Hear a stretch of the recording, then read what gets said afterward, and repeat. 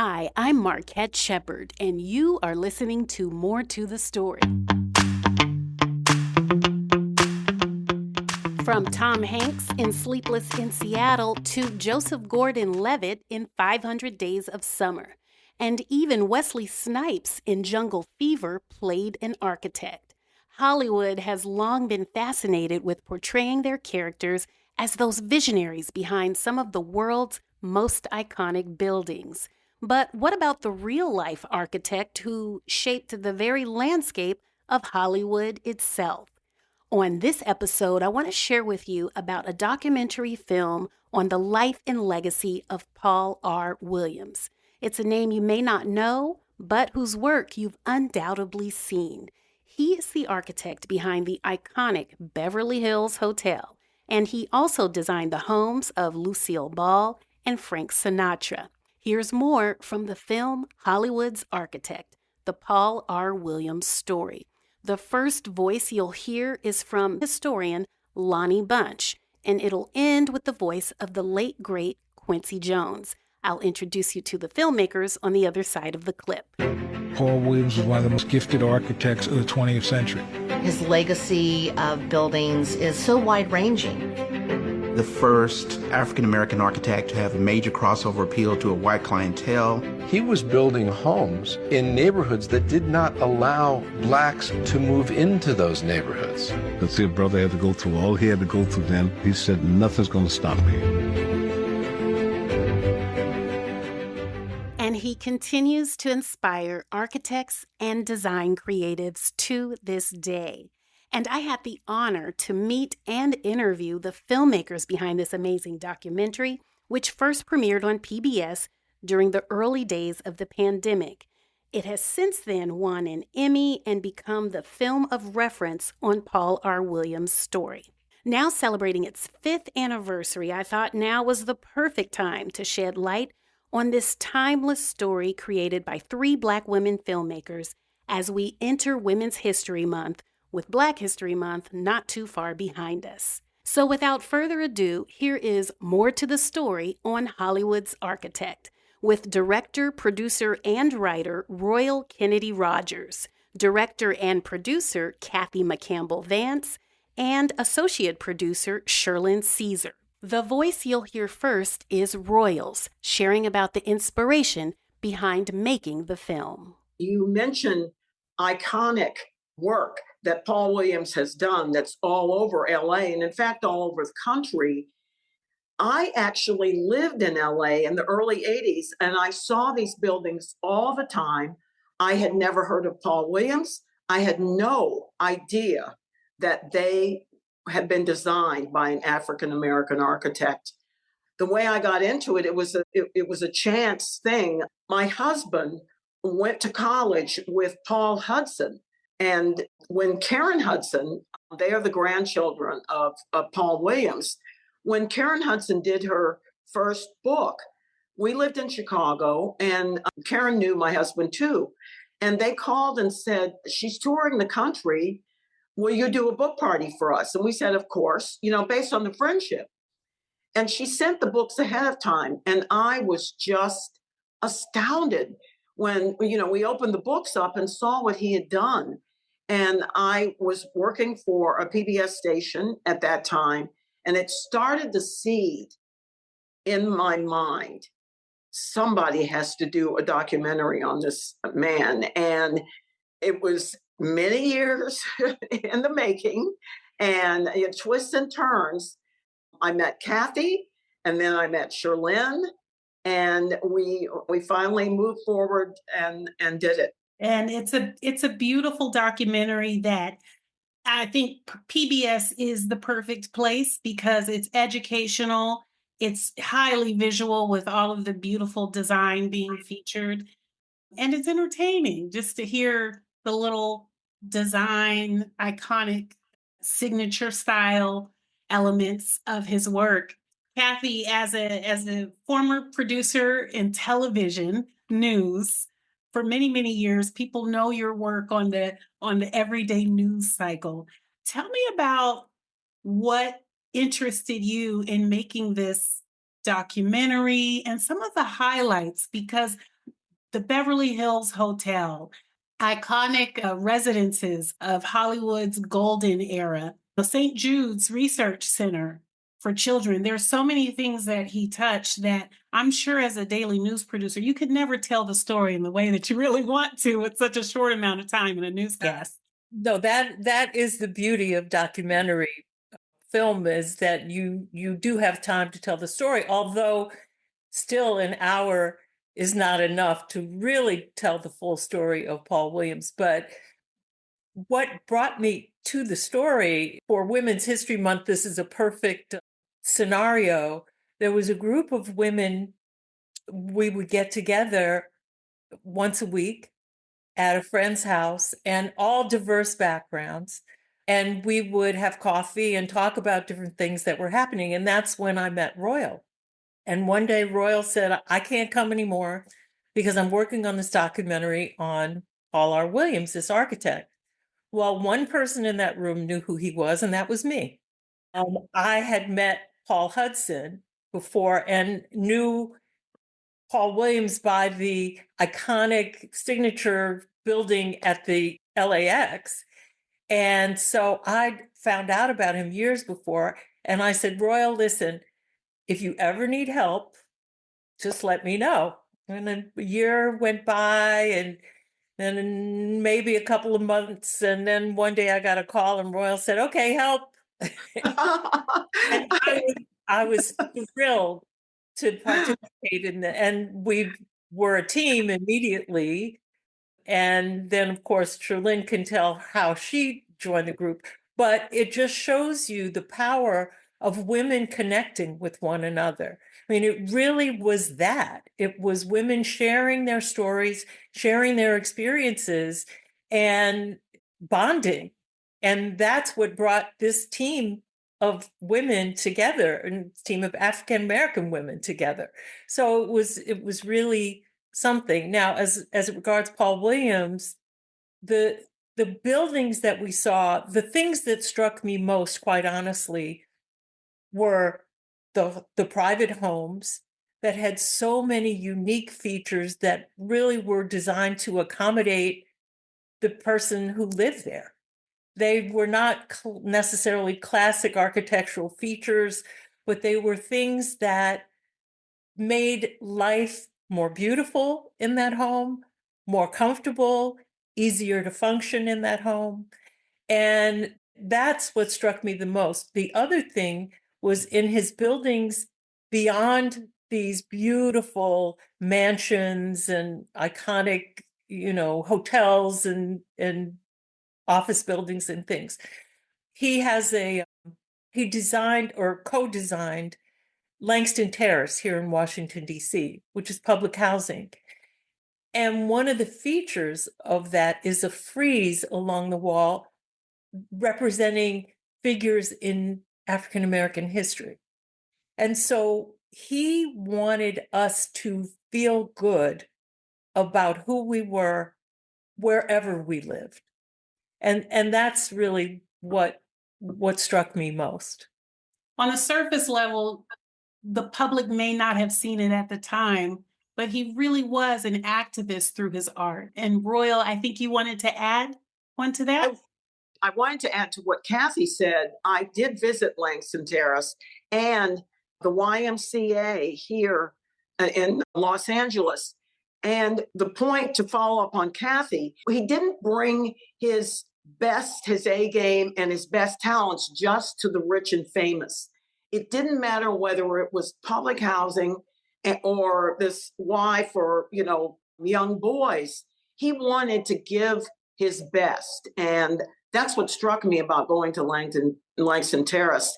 When I got there, I saw little features and details that I had seen in some of his most elegant homes in Beverly Hills. That's amazing. That's extraordinary. Shirlyn, tell me about some of the most striking things that you've learned, because I do think it's quite extraordinary for an architect to design something regardless of class and to make a timeless impression when so much building design nowadays They say they designed for the building to last maybe 10, 15 years. Mhm. I'll back up a little bit and add how I came into the film. And so I met Royal at a mutual friend's house. I had started my work in scripted television. So that person was a producer on a scripted television show, and Royal came to visit, and she was showing the sizzle, what the footage that she had captured so far on the film. And I was so struck by the work of Paul Williams and why I had never heard of him before. And that bothered me, honestly. I was like, wow, why is, if I don't know about him, that means more people don't know about him, and we should know about him. And being really struck by, what do you mean he drew upside down, sitting across from his clients and creating their home, their world right before their eyes, and how uniquely he had to navigate that space in order to capture his clients, in order to keep them at the table and keep them in conversation. I thought that was so powerful and impactful as a, Black woman that was trying to navigate Hollywood myself, and hearing, okay, you've gotta be unique. You can get it done, but you've gotta approach things and pushing your talent to the forefront so that it can be seen by anyone. And it's undeniable, right? Paul Williams' work is undeniable. And then jumping into the film and actually being able to step into some of these residences and see, that the sun sets at the back of the home and it rises from the front. And this home was built for a musician who can place their cello in the wall, and just these details that he kept in mind to honor the homeowner. What's your lifestyle? I think that's a sign of a true artist, that is meeting, especially for an architect, that is meeting your unique lifestyle and drawing to your way of life, right? And creating to your way of life, giving you a space where you feel warm and honored. And I found that to be really, really beautiful, and was really excited to join in. And of course, to work with Kathy and Royal is just, I mean, chef's kiss. So I was off to the races. I was ready to go. For listeners who don't know about Paul Williams drawing upside down, he became an architect at a time when Caucasians were not comfortable working with Black professionals, and they didn't want to sit next to him as he drafted and sketched. So he would have to sit across the table from them, but they would still have to see the work. And then he had to improvise by learning how to draw upside down. In your film, you all also highlight ways that he used psychology and ingenuity to combat racism. Can someone share a specific example that just really blew your mind about how he kept going amid seemingly insurmountable odds?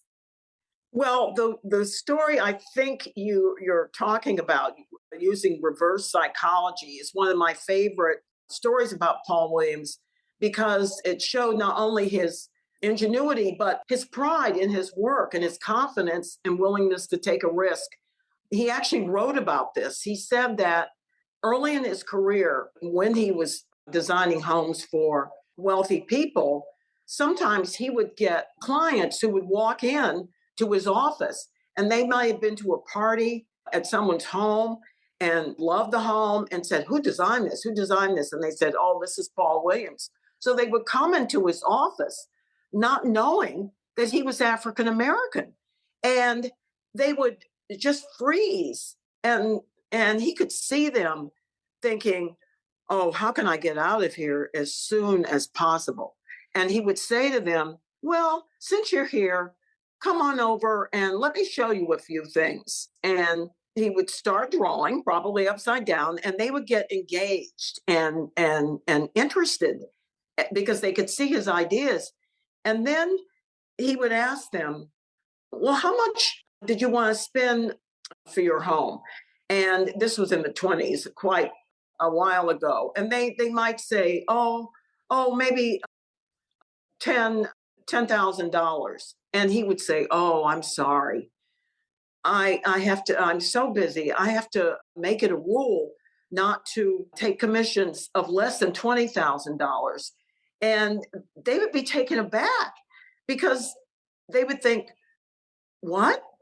He is refusing our business, and their pride would get the better of them, and they more times than not would say, "Oh, okay, we'll up our price." And he wrote later, he knew it was a risk. He might have had clients who walked out the door, but he was willing to do that, and it was successful. That's a great lesson to learn today for anyone, business psychology. Kathy, you and I spoke before this interview about our love for Lucille Ball. Paul R. Williams designed one of her homes. Can you talk about some of the iconic Hollywood actors and figures who he worked with because he was so good? It transcended any type of skin color. Well, one of the ones that we feature in our film is the Frank Sinatra home. Frank Sinatra basically gave Paul Williams carte blanche to design his Playboy pad. And Sinatra was away doing a film, I think, when Williams designed the house. And Sinatra saw it at the same time that all of America saw it when there was a show called Person to Person, Edward R. Murrow. He was one of the first interview shows on television. And he did an interview with Frank Sinatra and did a tour of the home with Frank Sinatra. And so this was amazing. In fact, I think there was a picture in Ebony magazine, I think it was, of Paul Williams and Frank Sinatra together. Other famous people, Cary Grant. Barbara Stanwyck was one, Tyrone Power. These are all, stars of the 30s, 40s, and 50s. Old time black and white. Yeah, right. Well, real movie fans will know who these people are. Yes. I know Yeah. who they are. I mean, I love entertainment so much. So I'm hoping the listeners, they know that, some of the, even Barbara Stanwyck, I mean, wow, she was the woman of her time. For people who don't know the old time stars, a new generation of stars lives in his home. Ellen Pompeo, Joseph Gordon-Levitt, Denzel Washington at one point in time. Denzel Washington, yes. And yes, his wife is featured in the film. Right. You could tell how emotional she was about that house. And she told us that the only reason they left the house was they had two more kids, twins, and the house was simply too small. She says they'll never forget that house. So interesting when you talk to homeowners of a Paul Williams home, their home is more than just a building. I mean, they have a personal relationship as if they're talking about a child. I mean, their eyes get all blurry and teary, and they point out the tiniest little features that are Paul Williams accents. And it really means so much more to them than just a place to live.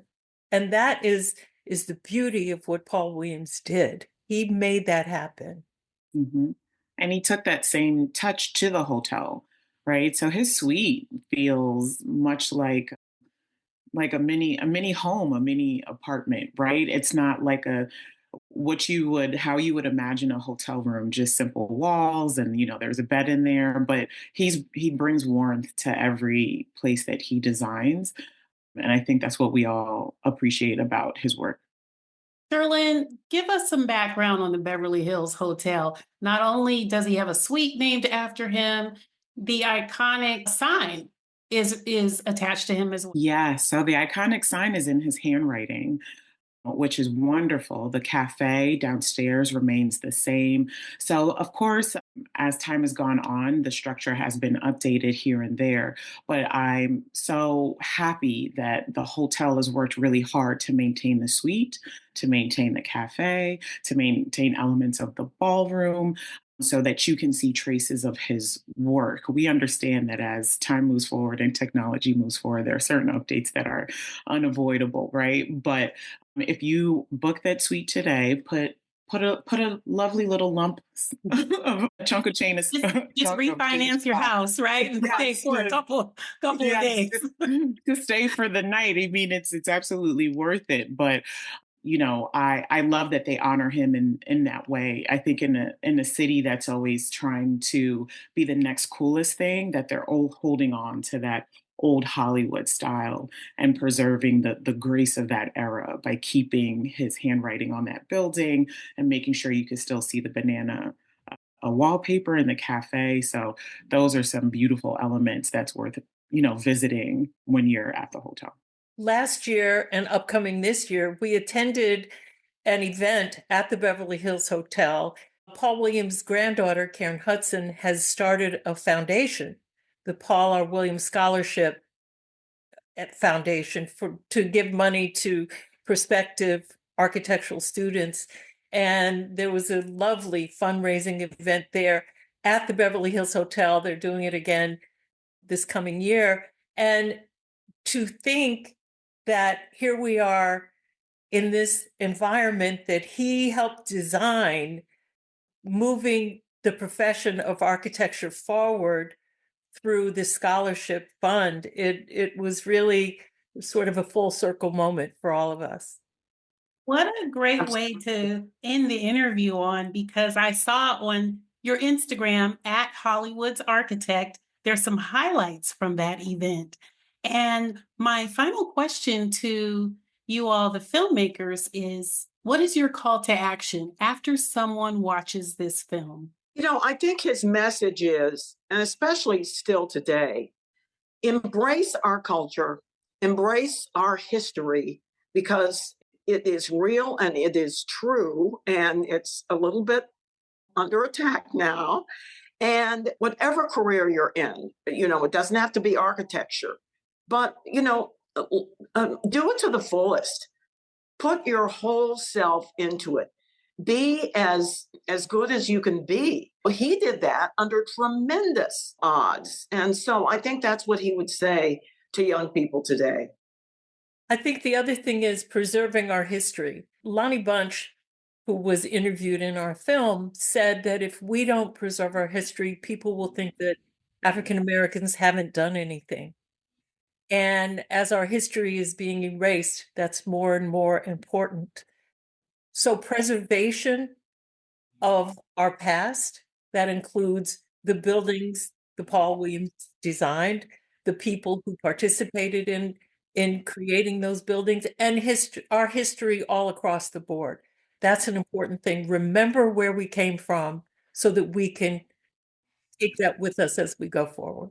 And to piggyback off of Royal and Kathy, I would say the language this year, 2025 for Black History Month is evolving a little bit. Black History and Black Futures Month, right? A reminder that we're not just looking back, but we're looking forward. And I think that this film is an excellent reminder that we existed in all sectors, we existed in all places, and that we're passing the baton to the future, but you're picking it up from people that did the work before you, right? Like, we were everywhere. So it's finding the voice, it's finding the person that, if I want to be an architect, it's like, wow, Paul R. Williams not only did it, but he did it to a level, that is undeniable. So I can take the baton from him and push forward, into Black futures for the next generations to come. What a great point. You are not starting from scratch. And we also have you as filmmakers, young Black women can look to you and say, they did it. I can do it too. And I'm so happy for you and this beautiful work. I come from a family of architects. My husband is a Howard University alum, School of Architecture. He manages an architecture firm. And he always tells me less than 3% of architects are Black. And I know it's less for women. I don't see them at the events, and I go to them, the AIA and the NOMA. For those listening, American Institute of Architects and National Organization of Minority Architects.